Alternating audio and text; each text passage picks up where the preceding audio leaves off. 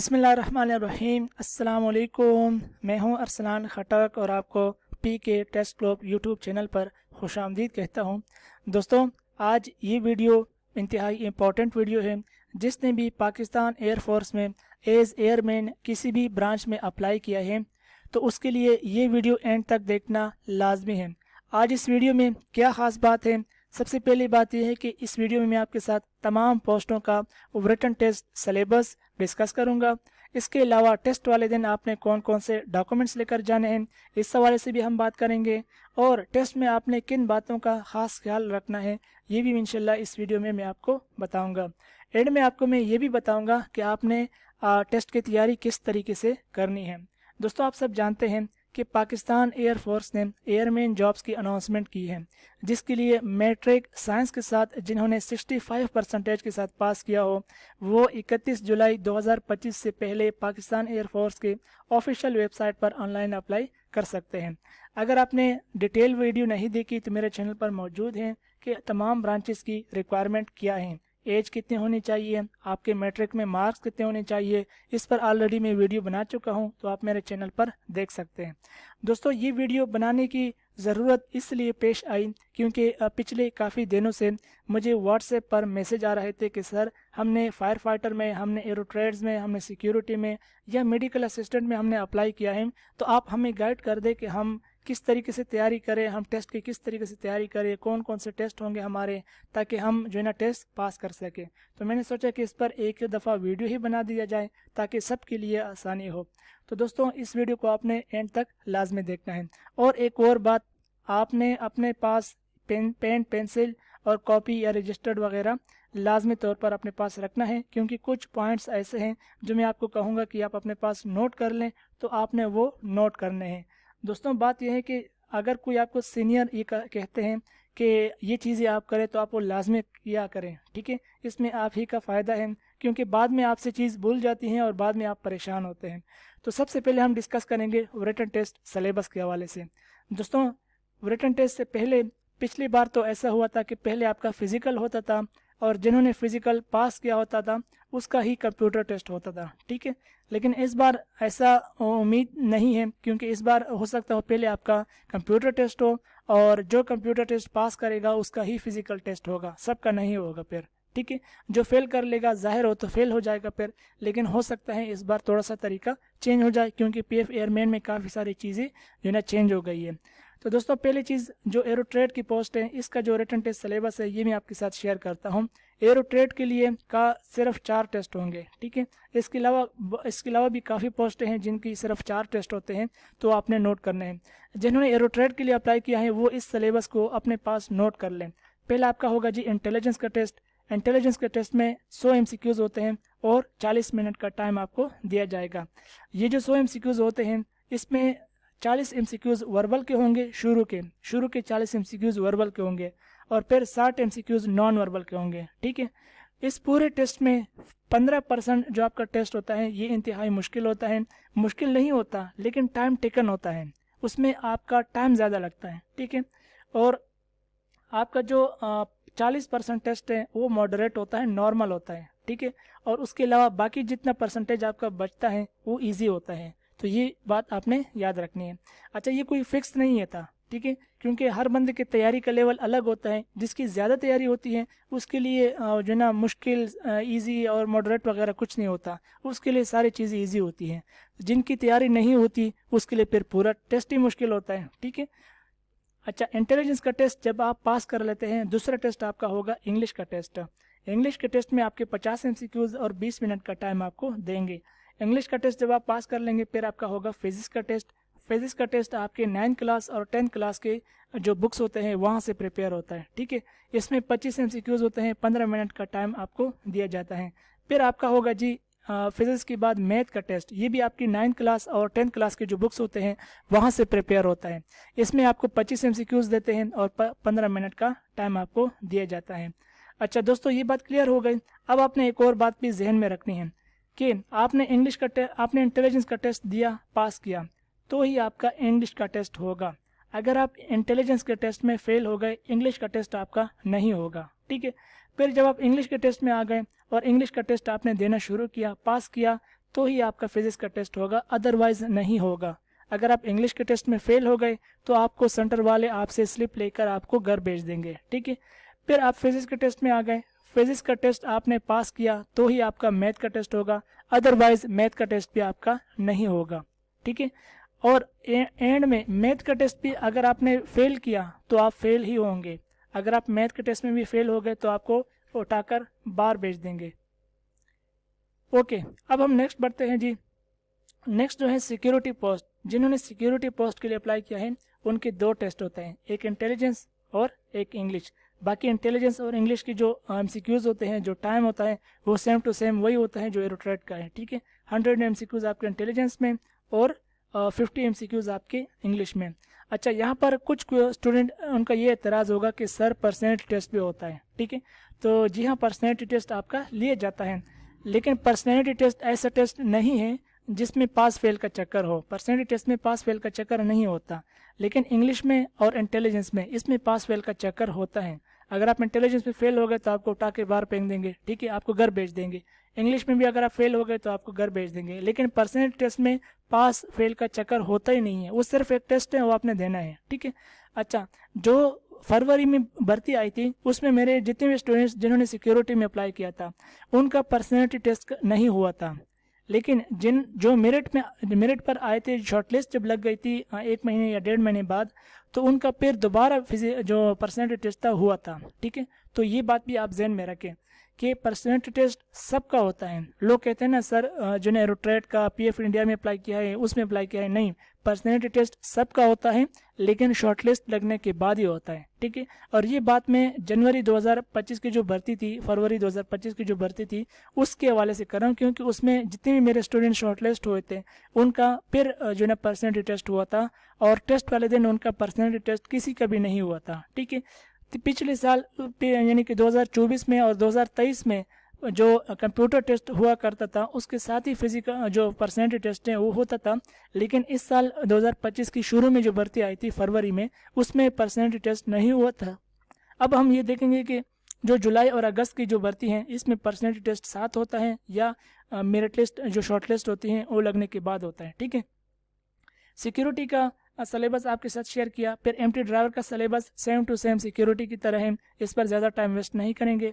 PF NDI का syllabus same to same एरोट्रेट की तरह है, ये आप नोट कर लें, ठीक है, स्क्रीनशॉट ले लें या अपने पास नोट कर ले।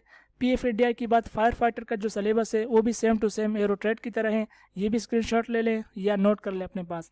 लास्ट में मेडिकल असिस्टेंट का जो सिलेबस है वो भी सेम टू सेम एरोट्रेट की तरह ही है, सिर्फ एक चेंजेस है कि यहाँ पर मैथ नहीं होगा, बायोलॉजी होगी, ठीक है।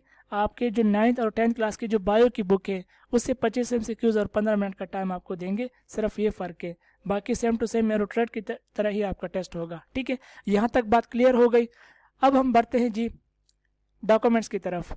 तो सबसे पहले आप ये बात नोट कर लें, ठीक है, कि जिनकी उम्र 18 साल पूरी नहीं है उनका बे फॉर्म पर टेस्ट नहीं होगा, बे फॉर्म पर टेस्ट नहीं होगा। दूसरी बात यह है कि जिनकी उम्र 18 साल से कम है वो फ़ौरन जाए नादरा जाकर वहाँ पर जुवेनाइल कार्ड के लिए अप्लाई करें, स्मार्ट जुवेनाइल कार्ड के लिए अप्लाई करें, ठीक है। अब आप ये कहेंगे कि सर ये जुवेनाइल कार्ड होता क्या है? ये 18 साल से कम उम्र लोगों की शनाख्ती कार्ड होता है, ठीक है। और जैसे ही आपकी 18 साल उम्र पूरी हो जाए आपका ये जुवेनाइल कार्ड एक्सपायर हो जाता है। जिनकी उम्र 18 साल से ज़्यादा है वो स्मार्ट कार्ड जो है लाजमी तौर पर बनाएं। जिनका स्मार्ट कार्ड नहीं है, नॉर्मल कार्ड है, वो नॉर्मल कार्ड जो है ना वापस कर दें नादरा को और स्मार्ट कार्ड के लिए अप्लाई कर लें। आपका सिर्फ स्मार्ट कार्ड पर अप्लाई होगा, ठीक है। अच्छा, अब आप कहेंगे कि सर 8 तारीख को हमारा टेस्ट होगा, 8 अगस्त को, तो तब तक तो हमारा कार्ड नहीं आएगा, तो क्या नादरा के टोकन पर हमारा टेस्ट होगा? तो जी हाँ, बिल्कुल होगा टोकन पर, ठीक है। अच्छा, इसके साथ 4 आपने अपने जो रिसेंट पिक्चर्स है पासपोर्ट साइज वो बनानी है। पिक्चर्स आप जो तस्वीरों वाले होते हैं, अपने मोबाइल वाले तस्वीरें नहीं, ठीक है। आप जहाँ से तस्वीरें बनती हैं जो फोटोस्टेट वाले होते हैं वहाँ पर जाएं, उनसे तस्वीर लें और 4 ताज़ा तस्वीरें बनाएं, ठीक है।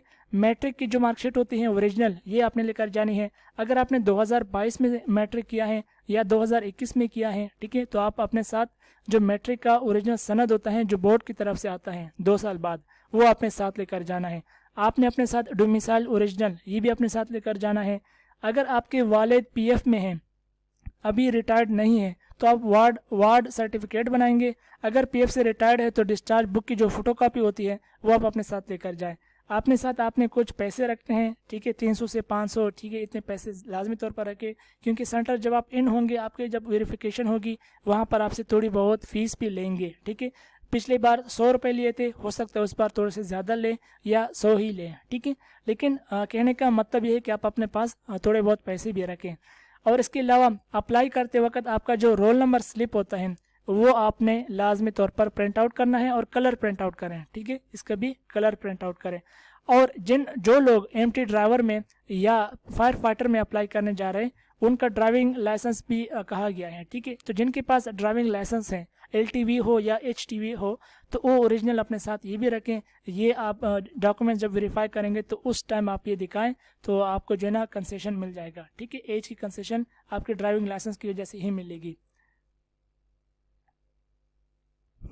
ओके स्टूडेंट्स, तो अब हम ये डिस्कस करेंगे कि इंटेलिजेंस के टेस्ट में कौन से क्वेश्चंस आते हैं और आप उसकी जो ना तैयारी, कौन कौन से जो टॉपिक्स हैं उसकी तैयारी करें, ठीक है। देखिए, इंटेलिजेंस के टेस्ट में आपके नंबर और अल्फ़ाबेटिक सीरीज़ की क्वेश्चंस आएंगे, ठीक है।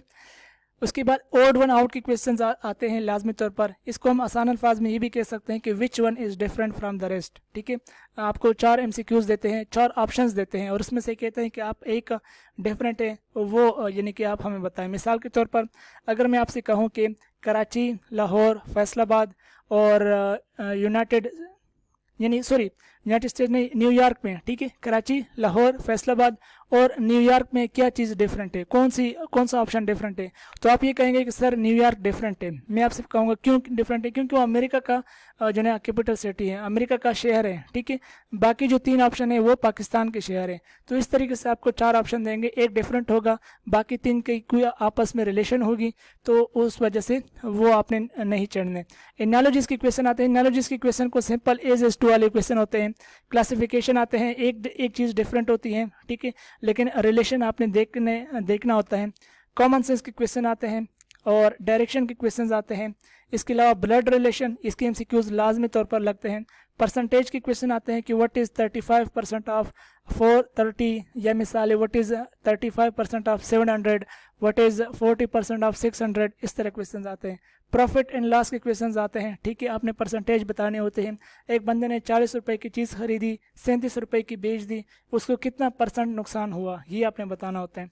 टाइम, क्वांटिटी और प्राइस से रिलेटेड क्वेश्चंस आते हैं, ठीक है। नॉन वर्बल में भी आपके यही क्वेश्चन आते हैं, एनालॉजीज की, क्लासिफिकेशन की, ओड वन आउट की। इस तरीके से 4 शेप होते हैं, और 4 शेप्स में से कोई एक शेप आप डिफरेंट होती है, आपने वो बताने होते हैं। पैटर्न के क्वेश्चंस होते हैं, और क्लॉक एंटी क्लॉक वाइज के जो क्वेश्चंस होते हैं ये भी ज़्यादातर नॉन वर्बल में आते हैं। तो ये जो पॉइंट्स हैं, ये जो टॉपिक्स हैं, इन टॉपिक्स को आप अपने पास नोट कर लें, इसकी आप प्रिपरेशन शुरू कर लें।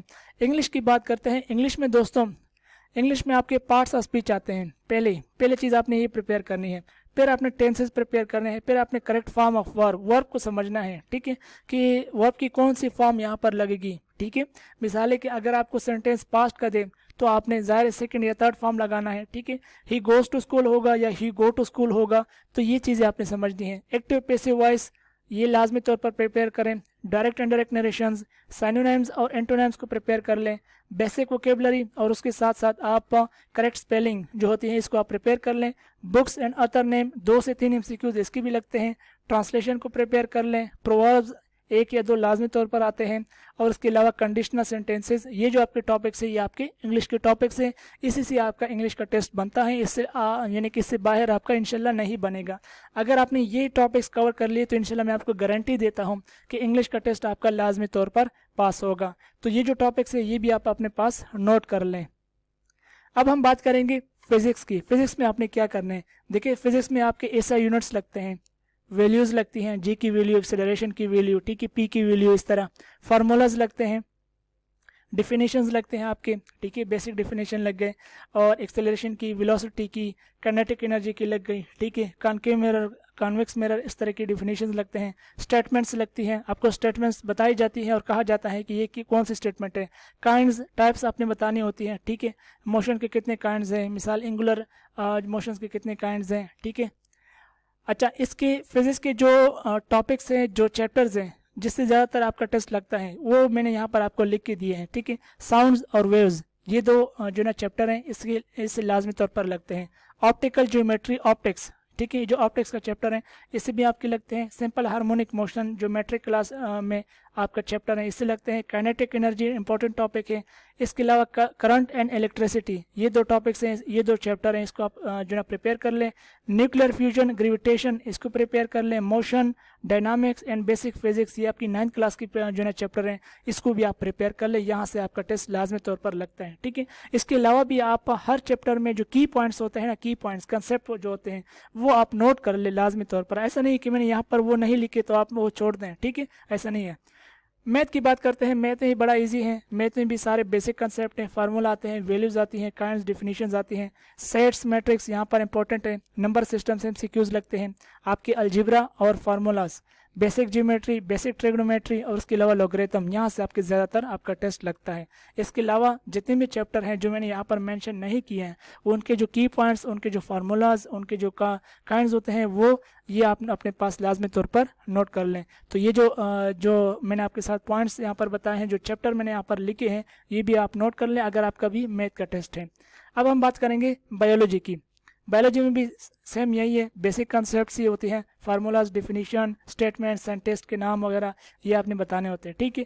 जो चैप्टर यहाँ पर इंपॉर्टेंट है उसमें सेल्स एंड टिश्यूज़ वगैरह, cell cycle, enzymes, bioenergetic, nutrition, reproduction, inheritance, gases exchange और होम्योस्टेसिस, ये जो है ये इंपॉर्टेंट चैप्टर्स है, इसको आप नोट कर लें। इसके अलावा जो चैप्टर यहाँ पर नहीं लिखे हैं उसके की पॉइंट्स, जितने भी चैप्टर होते हैं 9th क्लास के और 10th क्लास के, सब की पॉइंट्स लाजमी नोट किया करें। की पॉइंट से ही आपका टेस्ट लगता है, ठीक है। तो ये आपके बायोलॉजी के होगा और बायोलॉजी सिर्फ मेडिकल असिस्टेंट का होगा, बाकी किसी का नहीं, ठीक है। तो ये आपके टॉपिक्स थे जो मैंने आपके साथ शेयर किए हैं। उम्मीद है यहाँ तक आपको समझ में आ गया होगा कि आपका रिटन टेस्ट सिलेबस क्या होगा, उसके कौन कौन से टॉपिक्स होंगे, कितने MCQs आएंगे, ये चीज़ें आपकी कवर हो चुकी होगी। दोस्तों अब मैं आपको ये बताऊँगा कि आपने इसकी तैयारी फ्री में कैसे करनी है, ठीक है। तो फ्री में सबसे बड़ा तरीका आपका है गूगल पर ऐसी बहुत वेबसाइट हैं जहां पर ये सारे का सारे डेटा मौजूद हैं, नोट्स भी मौजूद हैं, MCQs भी मौजूद हैं। तो आपने गूगल से डेटा उठाना है, ठीक है, और खुद लिखना है। ये बात याद रहे कि PDF जो है ना, PDF, लोग कहते हैं सर PDF सेंड कर दें, ठीक है। PDF सिर्फ सेंड करना काफ़ी नहीं होता, आप खुद के नोट्स बनाएं, ठीक है। पार्ट्स ऑफ स्पीच में अगर आप 4 पार्ट्स ऑफ स्पीच की खुद के नोट्स लिख लेते हैं तो बाकी 4 के जो की पॉइंट्स होते हैं, जो डिफिनीशंस होते हैं, जो रूल्स होते हैं, वो आपको याद रहते हैं, ठीक है। स्क्रिप्ट एक वेबसाइट है, यहाँ पर भी आपको काफ़ी सारा डेटा मिलेगा। फेसबुक पर काफ़ी सारे डेटा मौजूद हैं। यूट्यूब पर लेक्चर्स लें, वहाँ पर भी नोट्स अवेलेबल होते हैं। और इसके अलावा कुछ अकेडमीज़ होती हैं जो अपनी वेबसाइट पर सारी के सारे ये जो नोट्स होते हैं, MCQs होते हैं, वो अपलोड करते हैं। तो ये भी आपने गूगल से निकाल लेना है, उस वेबसाइट को फॉलो करें और वहाँ से फिज़िक्स की, मैथ की, बायोलॉजी की, इंग्लिश की तैयारी वहाँ से शुरू कर दें, ठीक है। एक वेबसाइट का नाम मैंने पिछले वीडियो में बताया था, गो टेस्ट, अच्छी वेबसाइट है, आप वहाँ से प्रिपरेशन कर सकते हैं। लेकिन अगर आप तरतीब के साथ प्रिपरेशन करेंगे तो ये आपके लिए अच्छा होगा। जिनकी इंटेलिजेंस कमज़ोर है वो यूट्यूब पर शाहीन फोर्सेस एकेडमी को भी फॉलो कर सकते हैं। और इसके अलावा जो भी चैनल आपको पसंद आए, जो आपको अच्छा समझा सकता हो, ठीक है, उसको फॉलो किया करें। असल चीज़ ये होती है कि आप समझ जाएं। तो दोस्तों एक तरीका तो ये है, एक तरीका है पेड वाला जो हम प्रोवाइड करते हैं आपको। इसमें हम आपको इंटेलिजेंस और एकेडमिक के सारे जो नोट्स होते हैं, PDF नोट्स होते हैं, मॉक टेस्ट होते हैं, MCQs, वो प्रोवाइड करते हैं। एक्सपीरियंस प्रोवाइड करते हैं, ठीक है। 2025 का एक्सपीरियंस भी इसमें शामिल होता है। और इसके अलावा हमारे पास एक फ़ाइल ऐसी भी होती है जिससे 100% हम गारंटी देते हैं, वो क्योंकि वो फाइल सिर्फ और सिर्फ एक्सपीरियंस की फ़ाइल होती है। उसमें अपनी तरफ से हम कोई भी MCQs ऐड नहीं करते, ठीक है। जो स्टूडेंट्स टेस्ट पास करके आते हैं यानी वो जो MCQs हमें बताते हैं वो हमने एक फ़ाइल में इकट्ठा की होती है, वो हम पे स्टूडेंट्स को एंड में प्रोवाइड करते हैं टेस्ट से 1-2 दिन पहले, ठीक है। और इसकी हम पिछली बार हमने इसकी तो कुछ ज़्यादा ही फीस रखी थी, लेकिन इस बार जो है ना हमने कम रख दी है, सिर्फ 500 रुपये इसकी फ़ीस है। जो इंटरेस्टेड है वो व्हाट्सएप पर रब्ता कर सकते हैं। ये ऊपर व्हाट्सएप नंबर आपको शो हो रहा होगा, नीचे भी मैं इसका लिंक प्रोवाइड कर दूंगा। आप लिंक पर क्लिक करके व्हाट्सएप पर रीडायरेक्ट हो जाएंगे और फिर आप जो है ना मैसेज कर सकते हैं, ठीक है।